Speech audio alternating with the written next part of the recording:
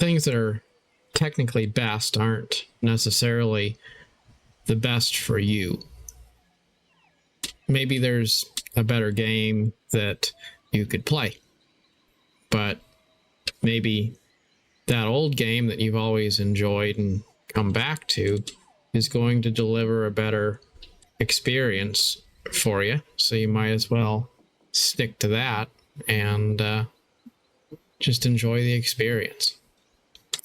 I think in life we start to go down the rabbit hole of always comparing things to each other and trying to figure out what is the best thing that I should be doing. And we really should just probably sort of slow down and remember that things that are familiar are more valuable than things which are new. When you have something that you can just count on and you know it'll be there no matter what's going on, that's really, really cool. It's like Albion Online. It's a MMO I like to play. I've played it on this channel. I might play it again while I make these videos sometimes. But I always come back to that game. You know, I don't really play it hardcore at all. Sometimes I don't play it at all. But it's just an easy to get into game. You can play it on your phone. You can play it on the computer. It's just, you can take it anywhere you go, really. And I've enjoyed it. And it's not the best game out there, but it's cool and it's something that I've played on and off for quite a while, and it adds a level of consistency and routine, I guess, to my life. I like Elder Scrolls Online for much the same reason. It's just a cool experience that I don't really feel like I need to think too much about. I can just turn it on and run around for a little while doing whatever I feel like doing in the game, and it's not really it's not really a thing I've got to figure out on any level. You just turn it on and take some time and do it. And I think things that are kind of simple that fit well into our routines wind up being more useful in the end than things that are possibly better, but they require maybe a learning curve, or they're not very intuitive, or they require dropping something that you've always done and shifting gear to something that's new and not familiar.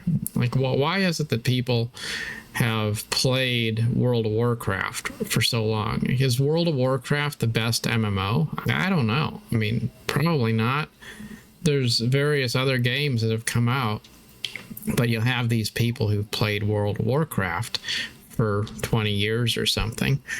And the reason why it's a good thing is because it adds something consistent to life, which often is uncertain and perhaps daunting. Having something that you can go back to and know it's going to be there for you. It's a comforting thing in a world that is oftentimes not very comforting. You know, I think sometimes we have to remember that there's the pursuit of success, there's the pursuit of victory, I guess, and then there's preserving your dignity. There's having a sense of peace and being in a good state of mind. And ideally, you do want to win, and you also want to have peace in your life. But if you have to choose, I think it's better to have peace in your life than to try to win every fight and then wind up not really having peace in your life.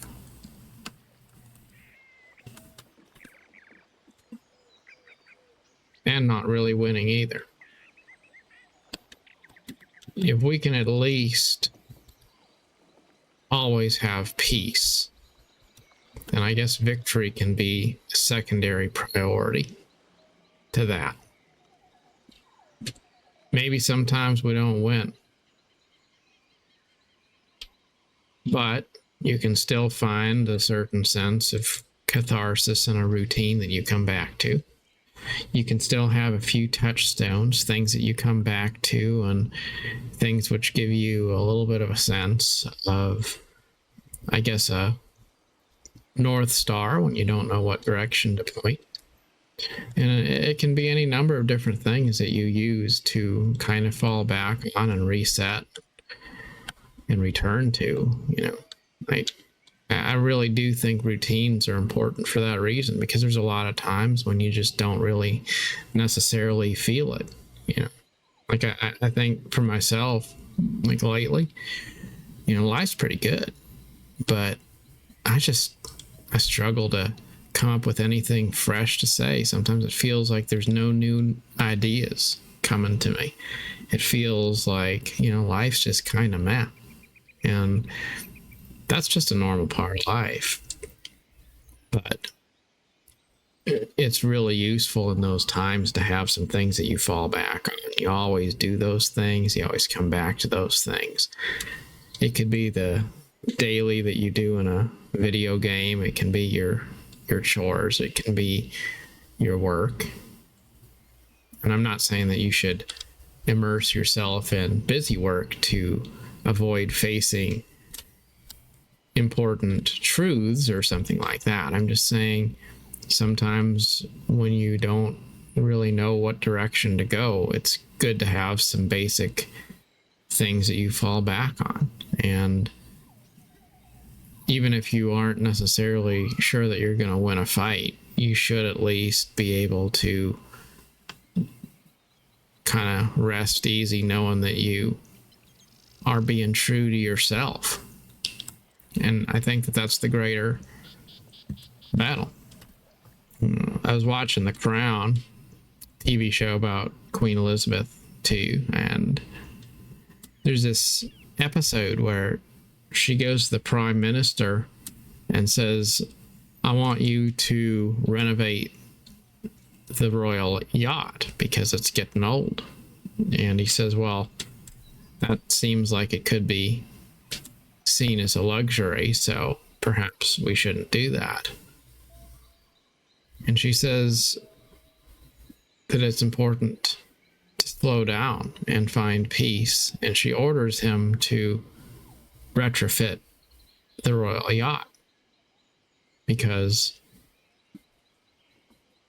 it's more than just a boat. It's a symbol of the crown. And so I think there's a lot of things in our lives that are kind of like that. Routines, they're in and of themselves, they're not important. It's not like there's any material gain or loss if I didn't sign into a video game, or if I did the laundry tomorrow instead of today, or whatever it might be. But there is that constancy, being true to something, always coming back to it, never abandoning old charges. And it all adds up to preserving your dignity in a world that probably will give you many opportunities to doubt your dignity and your honor. There's always going to be somebody to roast you, or someone there to throw stones or to criticize you in some way. There's always going to be things that make you doubt yourself.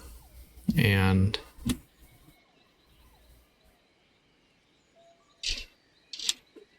I saw something somewhere that said, don't believe everything that you know. And it's kind of true. We get a lot of things that we believe, that we know to be true, and then that creates baggage. And sometimes the things that we think we know are false. So Don't worry so much about the battle, and instead focus on taking some time to be quiet, to renew your commitment to staying the course. And when you feel a little bit lost, revert back to those familiar routines, even if they seem like they're a little bit silly. Go back to them. Because sometimes it's just that simple choice. I'm going to get out of bed, or I'm going to go do my daily exercise, or I'm going to see my routine duties through or fulfill a commitment. It's those basic things. You just get started and you do them, and they don't save the world. They don't revolutionize your life, but they do keep you moving in a consistent direction. And they help you to be true to yourself so that you don't get lost without a point of reference to chart your course by. And then maybe you find a better way to go eventually, and you can always change your routines if there's a better thing for you to be doing. But when you feel like you don't really know what you should be doing, have a few things that you just fall back on, things that you return to for constancy, for consistency, so that you don't get lost.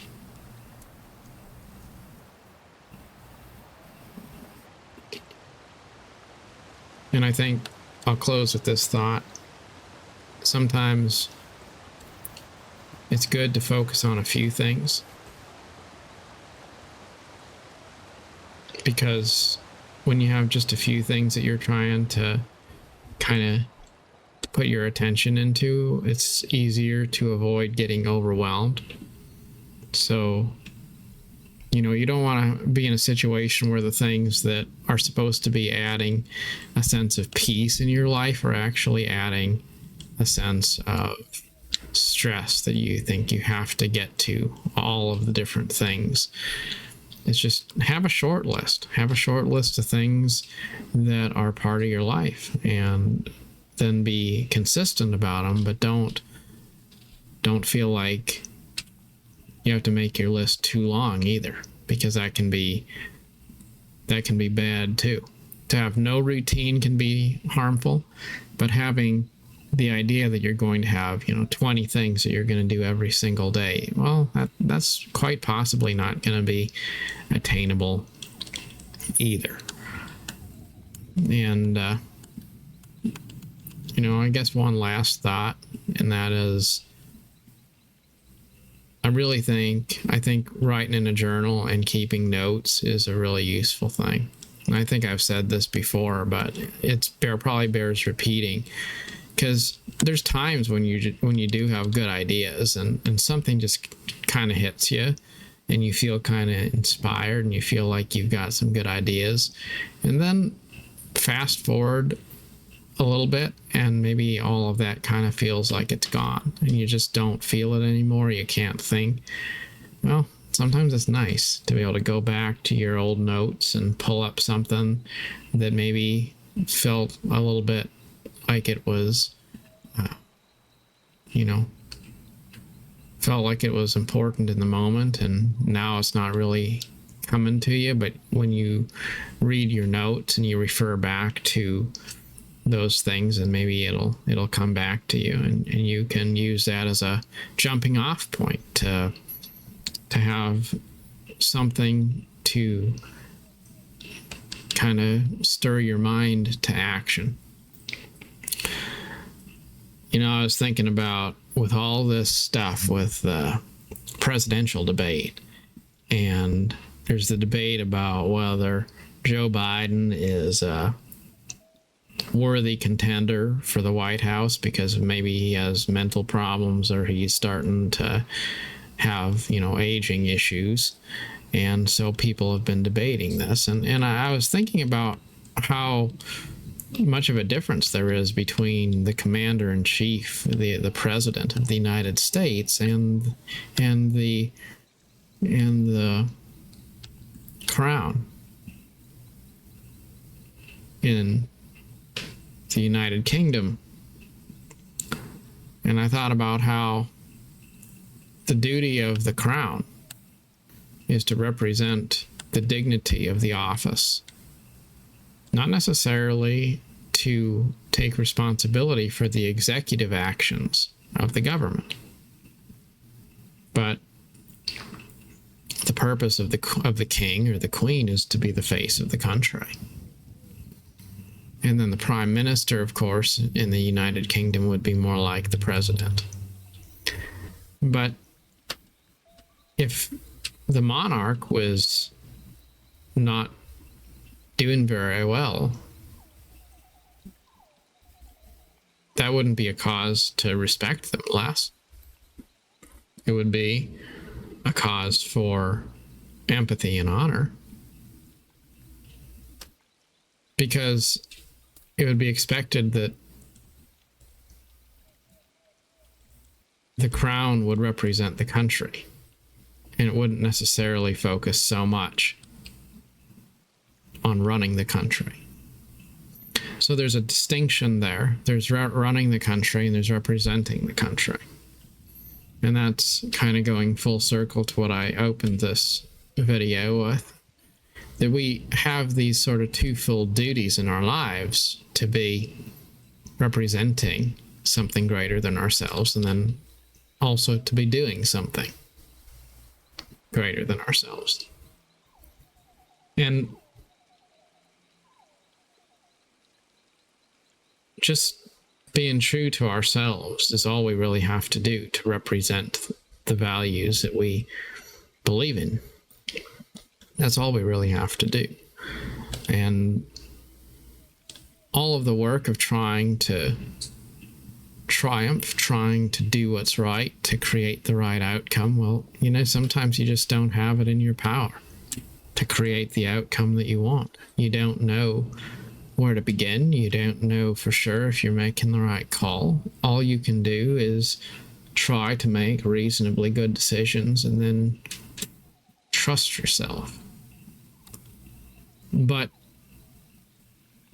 even if we aren't sure that we're doing the right thing, even if we're not sure of ourselves, we can still have honor and dignity and represent something greater than ourselves by having an attitude that's greater than self, by being noble in our thoughts and our attitudes. I think sometimes we have this attitude that there's so little we can do, there's no point in even trying to have a good attitude about it. And we fail to remember how big of a deal it is to have the right spirit, the right attitude, and to be honorable in all things. To be patient, to be kind, to be enduring, to be consistent, to be responsible over the small things, to understand that even if you aren't making a lot of steps forward, you're at least being a good steward of the place where you are.